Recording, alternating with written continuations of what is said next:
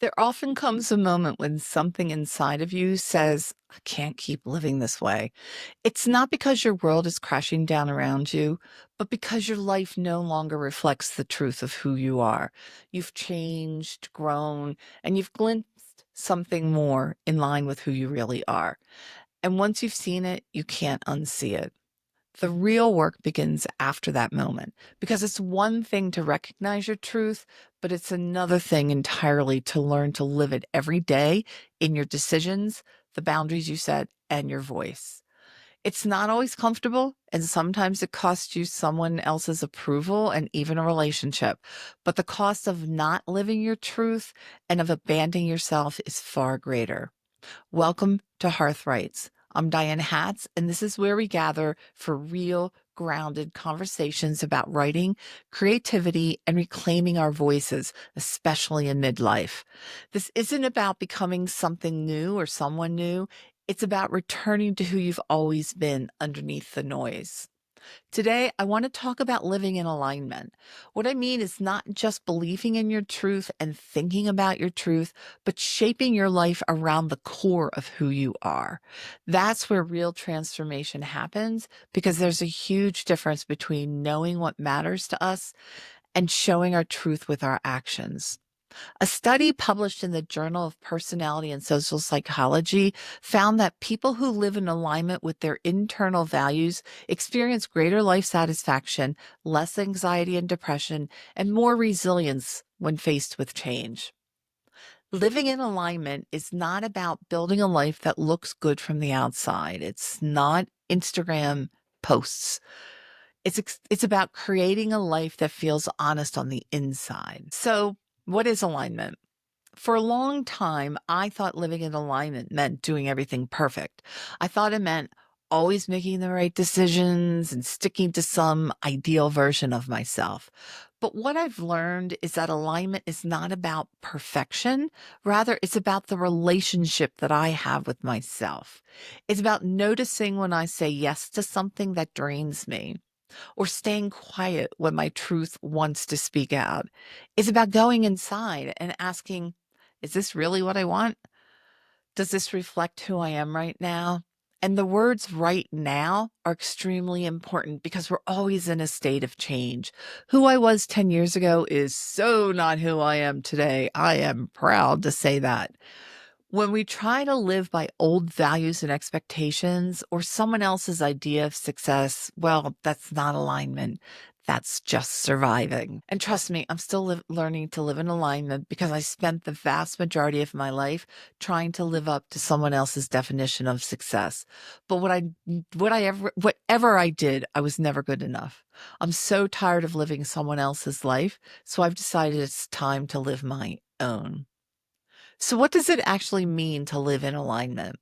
It means staying connected to our core and the truth of who we are, even when it's hard and life gets messy. It means listening to yourself, fine tuning when necessary, and making choices that reflect who you are, not who you used to be, not what not who others need or want you to be.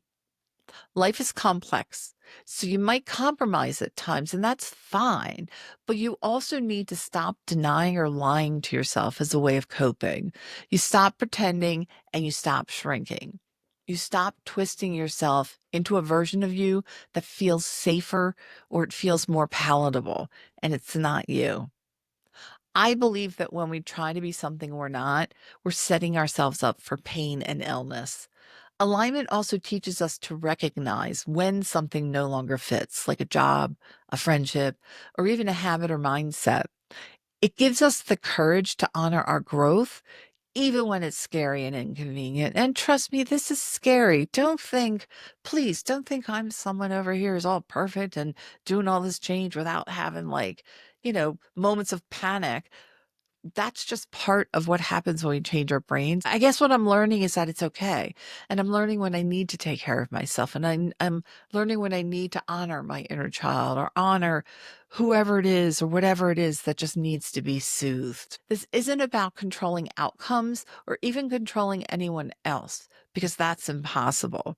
But we can commit to showing up truthfully in our own life. And I have to be honest, as a recovering people pleaser and a chameleon, I don't find this easy. So I hope I'm not making it sound like you snap your fingers and you're suddenly in alignment with yourself and the universe. I've been releasing people who no longer fit in my life for a couple of years now, and I've had panic attacks at times at just the thought of not answering someone's call or not saying yes to everything another person wants. I have to focus on this daily. So I thought I'd share a few things I try and things I do to help me live more fully in tune with myself. First, start or discover your real values. Start with your core internal values, not the ones you were raised with that don't work for you. For example, I believe everyone is equal and we all deserve equal opportunities. I believe the earth is a living organism and we need to take better care of her. I have people in my life who feel differently about those two things, and I no longer let them try to turn me away from my beliefs. If you aren't sure what your core values are, I invite you to try journaling around the questions: when do I feel most like myself? And what matters to me? Like, really sit, like, what matters to me? I you know, I can give you, like, a just simple example. You know what matters to me? Saying please and thank you. When I'm at the checkout line at the grocery store, I chat with the cashier. I ask her or him how their day is going.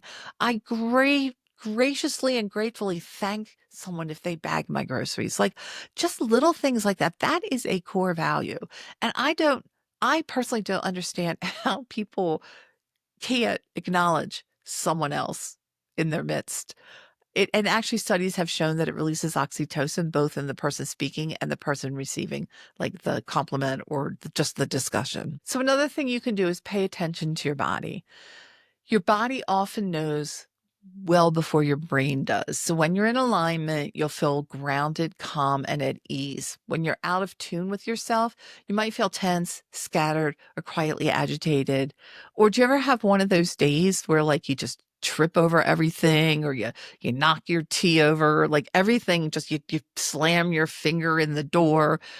You're not in alignment on those days. So just try to start noticing what your body is telling you. So you don't need to overhaul your entire life.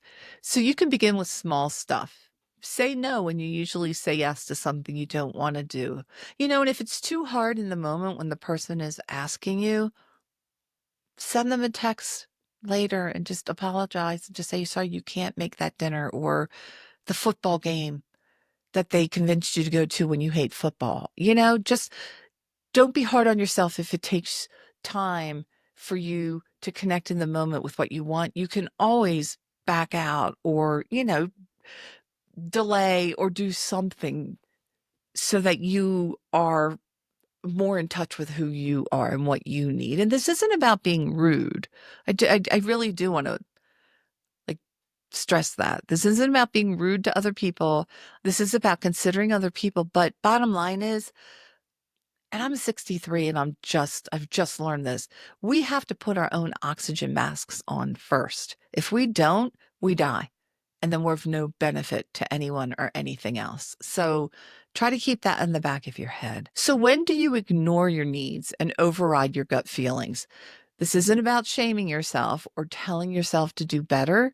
This is an opportunity to learn who you are at your core and to start taking steps to change patterns you might not like. So just be curious. That's all. Just be curious and try to catch yourself. Like I do. I have a little voice in there.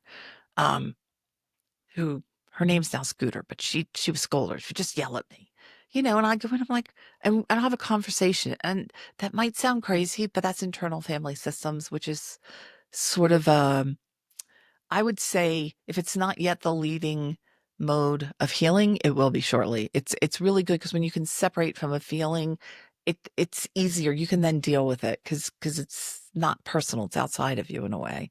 You have to Google internal family systems. I'm no expert, but I have found it extremely helpful. So it's really important that you remember to love yourself or do your best to love and comfort, just at least comfort yourself if you fall out of alignment. It's going to happen. It just happens to all of us. So it's part of being human. We take on too much or we let toxic people into our lives and we suddenly realize that they're draining us. It doesn't matter if it takes you 30 years to realize they're toxic or they're draining you. You've done it. The time is irrelevant. And this is something I grapple with. I've been talking lately. I wish I was 20 years younger and where I'm at now. But I can't do anything about that. I am where I am, and 20 years ago, I doubt I would have been at the place where I'm starting to, I don't want to say wisdom, but I'm starting to really not just learn things, but to internalize them. I think that takes age. So, what's one small act of alignment that you could choose to do this week for yourself? Living in alignment isn't the easier path, but it's the one that lets you breathe. It helps you build a life that feels like yours.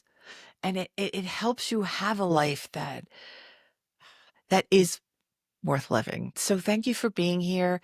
If you have any comments, anything you want to say, please leave it in the comment section. Or there's a community tab on the Hearth Writes page.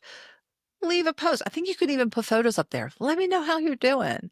And just thank you so much for being here. Please subscribe and stay in touch. Thank you.